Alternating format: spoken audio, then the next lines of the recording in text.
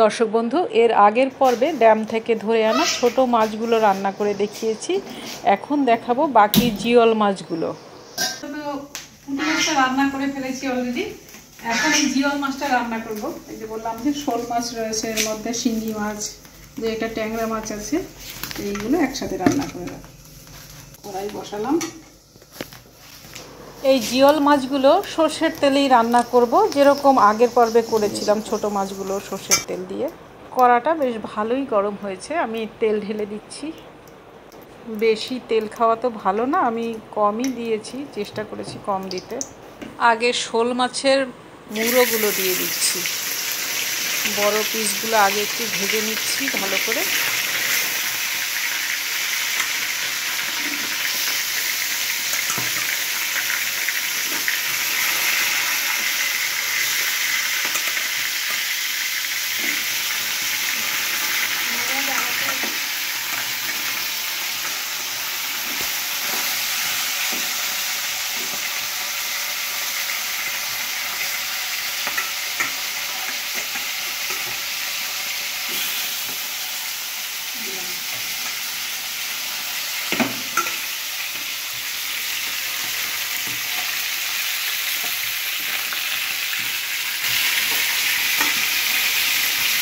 ড্যামের মাছ তো প্রচণ্ড টেস্ট হয়, বরঞ্চ ড্যামের মাছ।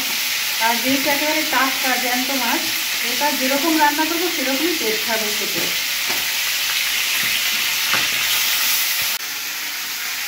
জীবনটা আমাকে এখানে মশলা মোটামুটি তৈরি করে দিয়ে গেছে। এখানে আছে পেঁয়াজ, না এখানে রয়েছে রসুন আর আদা বাটা, আর এখানে পেঁয়াজ কেটে দিয়ে গেছে। আমি এতগুলো ব্যবহার করবো না, এর অর্ধেকটা পরিমাণ আমি এখান থেকে নেব। আর এখানে এই যে আমাকে মশলার প্যাকেট দিয়ে গেছে সব, যেরকম আর কি বিদে ধুয়ে যেরকম সম্ভব। এখানে আমি প্রথম রান্না করছি, কোনোদিনও করিনি এর আগে, অনেকবার এসেছি, সবসময় জীবনটা রান্নাই খাই। আজকে একদম ফাঁকা রেস্টুরেন্ট বলে নিজেই রান্না করবো ভাবলাম।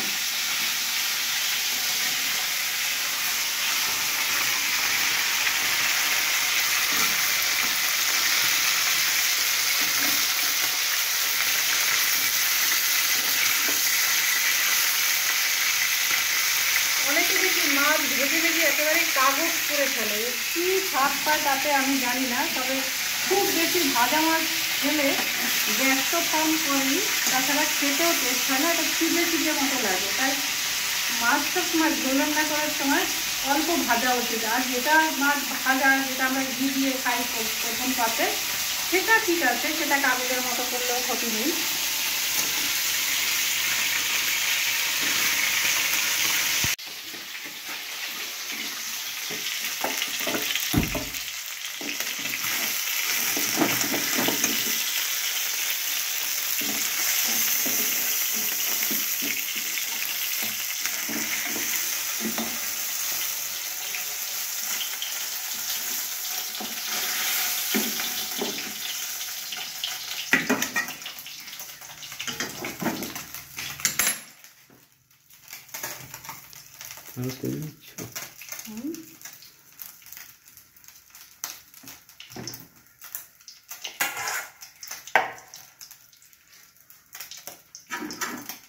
এই পেঁয়াজটা দিয়ে দিচ্ছি কিছুটা,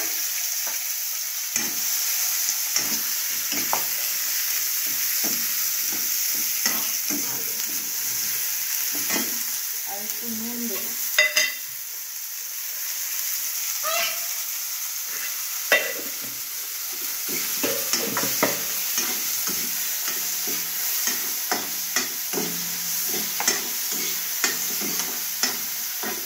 এখন আসলে শুধু রসুনটা দেওয়া উচিত ছিল, কিন্তু এখানে রসুনের সাথে আদাটাও রয়েছে। আদা কি হয়, বেশি আগে দিলে আদা একটু পিটপুটে ভাব আসে রান্নায়, কিছু করার নেই, এখানে বাটাই আছে রসুনের সাথে, তাই আমাকে এখনই দিতে হচ্ছে।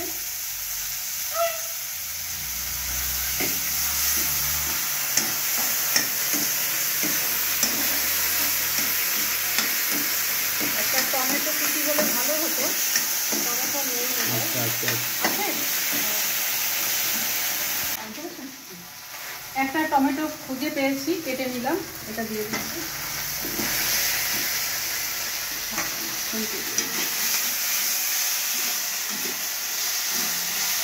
এখন এক এক করে সমস্ত মশলাগুলো দিয়ে দিচ্ছি। এটাতে রয়েছে কোরিয়ান্ডার মানে ধনে পাউডার,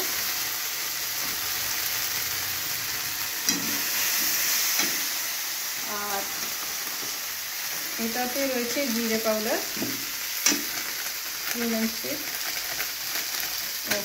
এটা তো পরিমাণটা কম রয়েছে, হয়ে যাবে আজকের মতো।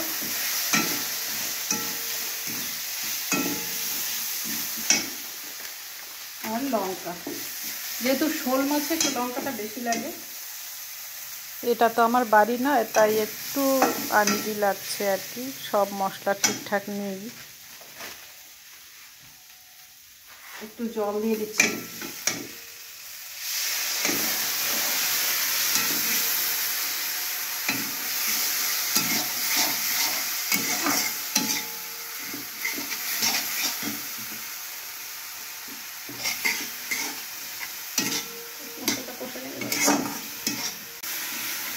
আমি 2-3 বার এই অল্প অল্প করে একটু জল দিয়ে আবার কষাচ্ছি।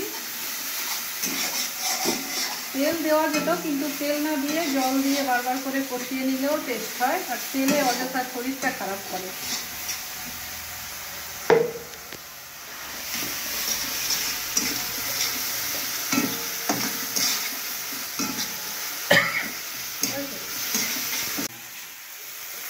কষানো প্রায় হয়ে গেছে, তেল ছাড়তে দেখা যাচ্ছে না, কিন্তু তেলই তো কম দিয়েছি, পারবে কি। এই যে এখন আমি জলটা দিয়ে দিচ্ছি।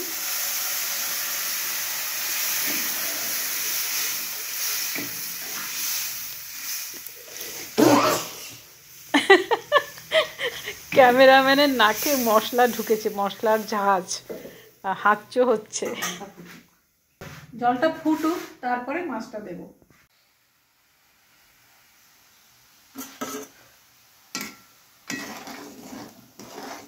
বাবা, ঝোলের যা কালার হয়েছে, একেবারে জল থই থই করছে। এবারে তাতা থই থই করে খেতে হবে। এত ঝোল দিলাম, আমার তো মনে হয় মাছ তোলার সময় জাল নিয়ে নামতে হবে।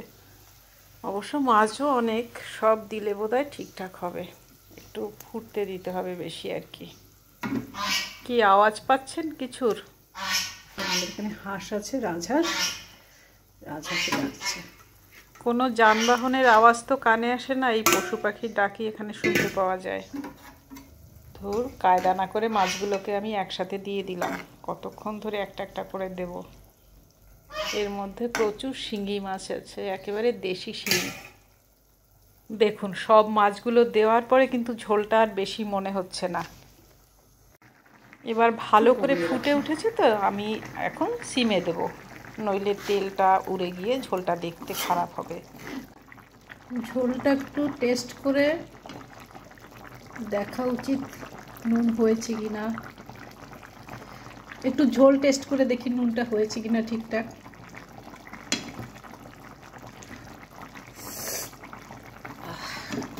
নুনটা একটু কম আছে, আর একটু নুন লাগবে, এটুকু দিয়ে দিই।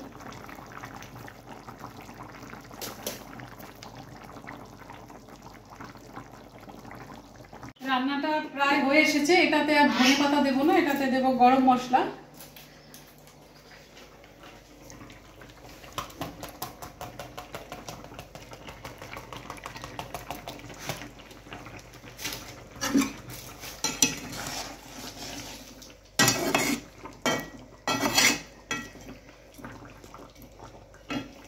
এখন নামিয়ে দিচ্ছি, হাতের কাছে অফ করে দিচ্ছি।